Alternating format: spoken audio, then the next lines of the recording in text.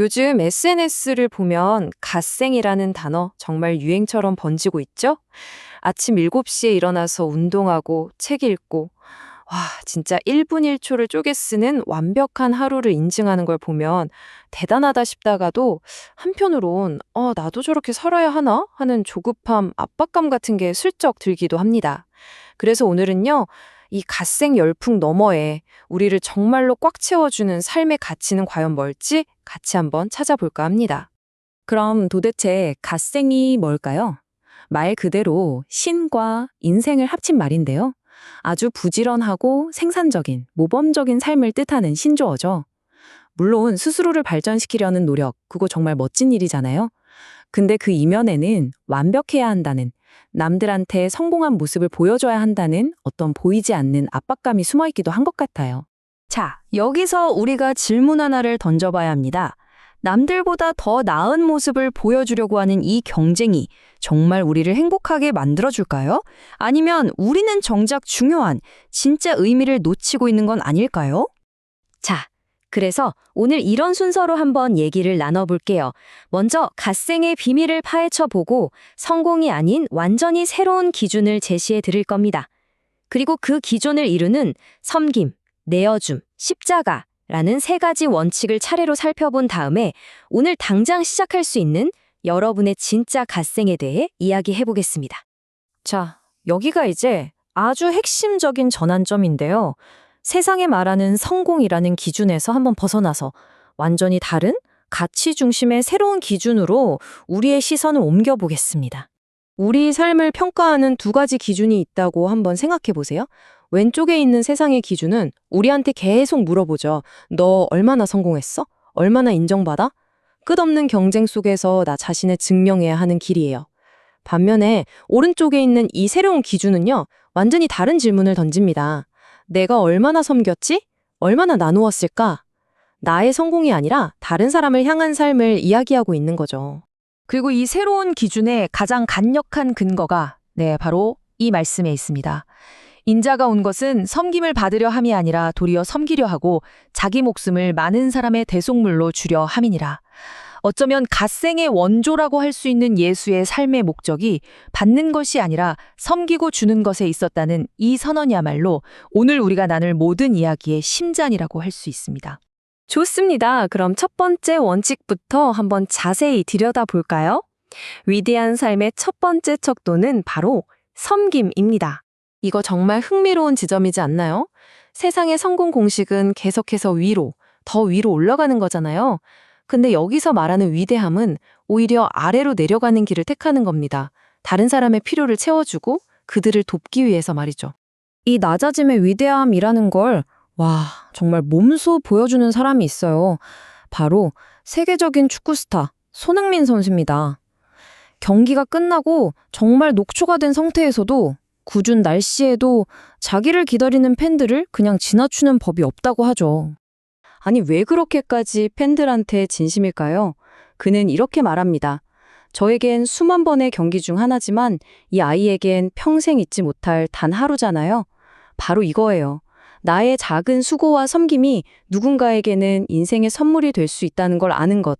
이것이 바로 섬김의 힘입니다. 그럼 우리는 이걸 어떻게 실천할 수 있을까요? 사실 거창할 필요가 전혀 없어요. 가족을 위해서 나를 조금 희생하고, 직장 동료의 힘든 점을 먼저 헤아려주고, 누가 보지 않아도 묵묵히 내 자리를 지키는 것. 바쁜 일상 속에서 할 수 있는 이런 작은 행동들이야말로 진짜 섬기는 삶인 거죠. 자, 이제 두 번째 원칙으로 넘어가 볼게요. 가치 있는 삶은 쌓아두는 게 아니라 내어주는 것으로 정의된다는 겁니다. 이 내어준다는 것의 가장 궁극적인 형태, 끝판왕이 바로 대속물이라는 개념에 담겨 있어요. 이게 뭐냐면 누군가를 자유롭게 해주기 위해서 대신 값을 치러주는 거예요. 마치 빚에 갇힌 친구를 위해서 내가 대신 빚을 갚아주는 것처럼요. 예수는 자신의 전부인 생명을 내어줌으로써 이 가장 위대한 나눔을 완성했던 거죠. 이건 우리의 성장을 생각해보면 아주 쉬워요. 어릴 때는 받는 게 당연하잖아요. 근데 성숙해진다는 건 뭐예요? 이제 다른 사람에게 무언가를 주는 사람이 된다는 걸 의미하죠. 영적으로도 마찬가지입니다. 언제까지나 받기만 하는 자리에 머물러서는 안 된다는 거죠. 세상은요, 우리 귀에다 대고 끊임없이 속삭여요.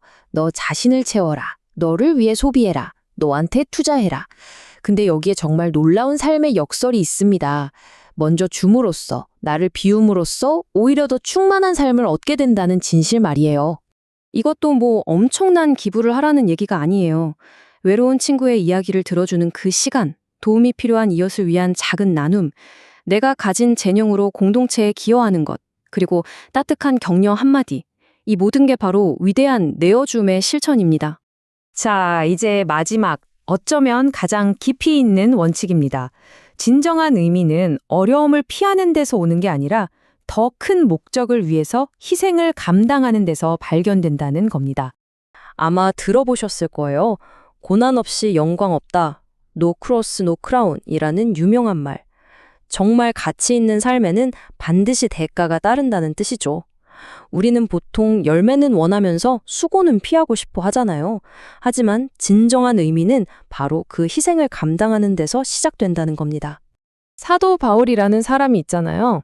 이 사람은요, 당시 기준으로 보면 진짜 최고의 엘리트였어요. 하지만 그는 세상의 성공을 모두 내려놓고 고난의 길을 택했습니다. 그리고 그 희생의 삶이야말로 자신의 유일한 자랑이라고 고백했죠. 세상의 눈에는 실패한 인생처럼 보일지 몰라도 영원한 가치의 관점에서는 가장 빛나는 삶이었던 겁니다. 십자가를 진다는 말이 너무 무겁고 거창하게 들릴 수도 있잖아요. 근데 사실 이건 우리 일상 곳곳에 있어요. 억울한 상황에서 한 번 더 참고 손해볼 걸 알면서도 정직을 택하고 용서하기 정말 힘든 사람을 품어주고 피하고 싶은 책임을 묵묵히 감당하는 것. 이것이 바로 오늘 우리가 실천할 수 있는 희생입니다. 자, 이제 거의 다 왔습니다. 이 세 가지 원칙을 하나로 묶어서 바쁜 오늘을 살아가는 우리에게 정말 필요한 마지막 메시지를 정리해 보겠습니다. 결국 모든 건 이 두 가지 길로 딱 요약이 되는 것 같아요. 세상이 말하는 갓생이 나를 채우고 완성하는 자기 완성의 길이라면 오늘 우리가 발견한 진짜 갓생은 다른 사람을 위해 기꺼이 나를 비우는 자기 비움의 길입니다. 그러니까 여러분, 더 이상 완벽해야 한다는 그 압박감에 시달리지 않으셨으면 좋겠어요. 하루 종일 바쁘게 산다고 갓생이 아니에요.